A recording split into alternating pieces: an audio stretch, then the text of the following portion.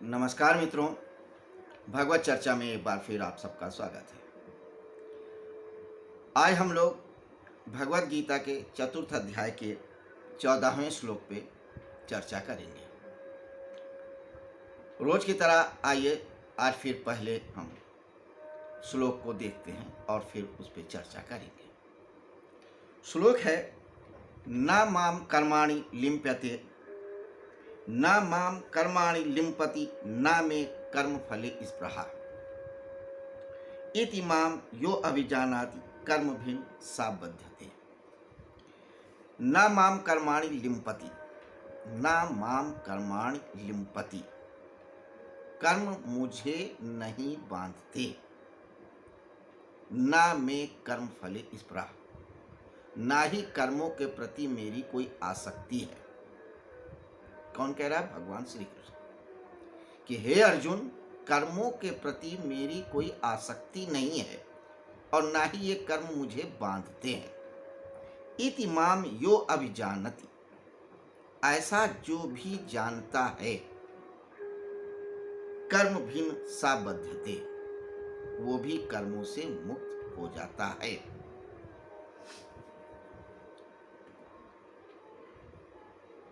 अब श्लोक के भावार्थ में जाते हैं। कृष्ण भगवान जिस स्तर से बोल रहे हैं चेतना की, उस स्तर पे सिर्फ जानना होता है। क्या जानना होता है? गुणा गुणेषु वर्तन्ते, गुण ही गुण को बरत रहे हैं। तीन ही गुण हैं, सत रज तम। यही जब आपस में गुथ के मिल के सारी क्रियाएं करते हैं, सारे संसार को रचते हैं। आत्मा तो सिर्फ जानने वाला होता है, दृष्टा है। वह समझ जाता है कि जो सारा पसारा है मायाजाल यह गुणों का है। गुणा गुणेषु वर्तन्ते, क्योंकि वो जो परम सत्ता है, जो अद्वैत है, वो जड़ और चेतन का मिला जुला रूप है। वही जड़ है और वही चेतन है। जब वह जड़ स्वरूप में होता है तो वह तीन गुणों से युक्त होता है, सत रज तम। सत के अर्थों में सिर्फ जानने वाला होता है, रज के अर्थों में सिर्फ करने वाला होता है और तम के अर्थ में जड़ स्वरूप होता है। तो जो तम है, जब उसमें कुछ क्रिया होती है, रज होता है, रज माने क्रिया, तो कर्म होता है। और यह हमारा जो व्यक्तित्व है, पूरा शरीर है, सत रज तम तीन गुणों से ही बना है। यह शरीर, भौतिक शरीर हमारा जड़ है और इसके द्वारा जो भी क्रिया होती है उसे हम कर्म कह सकते हैं, और जो जानने वाला है वही सत है। तो सत रज तम तीनों का योग है। तो जो सत है, जो दृष्टा है, इन सब के पार में वो जानता है कि ये गुण ही कर रहे हैं। तो कृष्ण जैसी चेतना के उस परम तल पे ही जाके बोलते हैं। और चेतना के चार तल हैं, हमने पहले भी अब चर्चाओं में जाना था कि जागृत अवस्था, स्वप्नावस्था, सुषुप्तावस्था, तुरीयावस्था, इसके बाद भी होती है तुरीयातीत अवस्था। वहां पे सिर्फ क्या होता है? जानना होता है। सारा क्रिया, सारा कर्म बाहर होता है, सिर्फ जानने वाला होता है। इसी बात को कह रहे हैं। और जब सिर्फ जानने वाला होता है, सिर्फ दृष्टा होता है, तो उसमें कोई स्पृहा यानी कोई लगाव नहीं होता। फिर आप देखने वाले होते हैं। जैसे पर्दे पे एक फिल्म चल रही है, आप देख रहे हैं, सिर्फ देख रहे हैं, दृष्टा है, कुछ कर नहीं रहे, सिर्फ देख रहे हैं। ऐसे ही हो जाते हैं। तो चेतना के जब परम तल पे पहुंचता है, तब व्यक्ति की कर्मों के प्रति कोई आसक्ति नहीं रह जाती, क्योंकि वो जान ही जाता है कि कर्म मैं नहीं कर रहा हूं, प्रकृति ही करवा रही है। गुणा गुणेषु वर्तन्ते, गुण ही गुण से करा रही है। यही कह रहे हैं कि जब मुझे कोई तत्व से जानता है तो ये जान लेता है। इसके अलावा एक और तरीके से हम समझ सकते हैं इस श्लोक को। ईश्वर या कृष्ण जैसी चेतना जीवन में जो भी करते हैं उसको हम लीला कहते हैं, और हम लोग जो करते हैं वो कर्म कहलाता है। कर्म और लीला में अंतर है। लीला बड़ा अद्भुत शब्द है।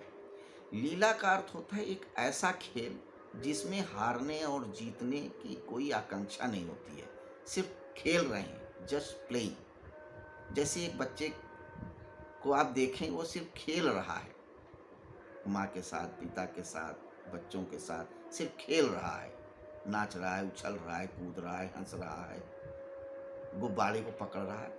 उसको जीत हार से कोई मतलब नहीं है। 1 मिनट बाद गुब्बारा छीन लिया जाता है तो फिर माँ के साथ खुशी खुशी चल देता है, कोई लगाव नहीं, सिर्फ खेल रहा है, जस्ट प्लेइंग। तो कृष्ण जैसी चेतना जब जीवन में उतरते हैं, अवतार लेते हैं, तो सिर्फ प्ले करते हैं, खेलते हैं। उससे उनका कोई जुड़ाव नहीं होता है कर्मों का, कि हमें यही करना है, जीतना है या हारना है। कृष्ण को इसीलिए पूर्णावतार कहा जाता है कि उन्होंने कभी जीत और हार को चुना ही नहीं।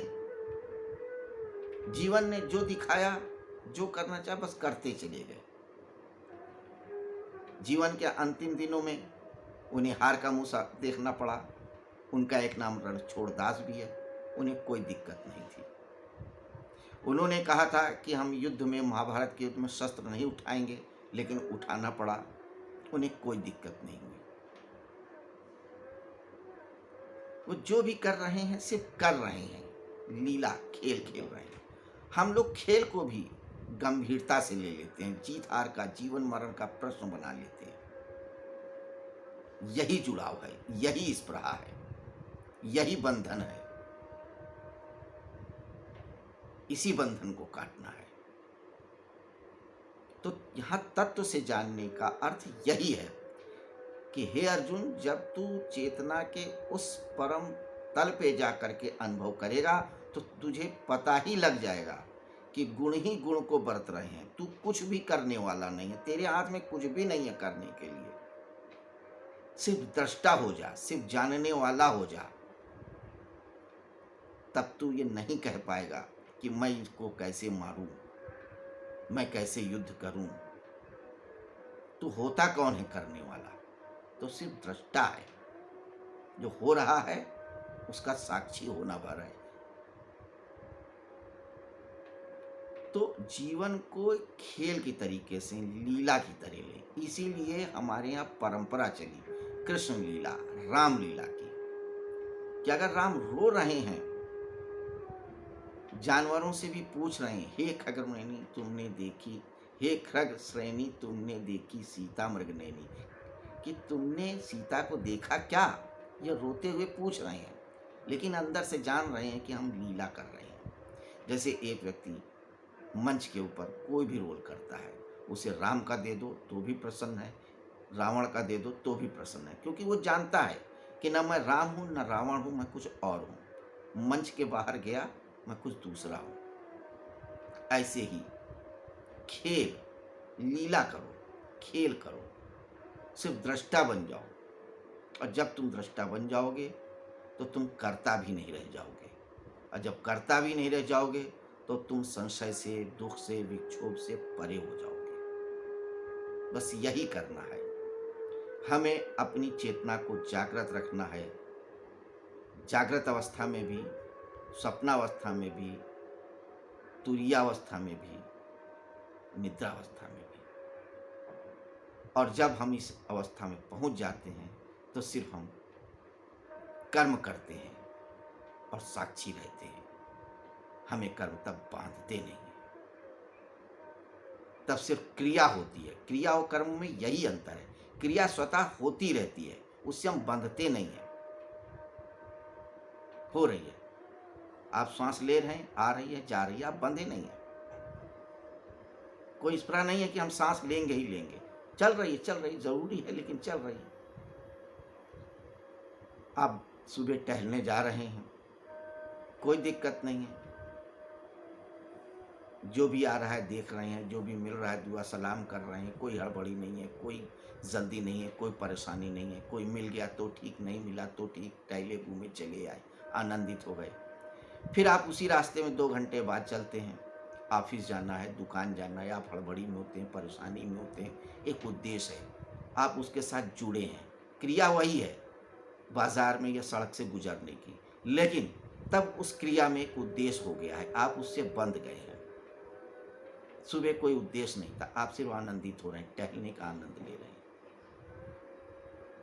सिर्फ आप उसके साथ हैं, क्रिया के साथ। बस ऐसे ही जब हम जीवन के साथ ऐसे ही हो जाते हैं कि होने देते हैं, तो हम साक्षी भाव में आ जाते हैं, हम कर्मों से लिप्त नहीं होते हैं। यही कह रहे हैं भगवान श्री कृष्ण कि तू साक्षी हो जा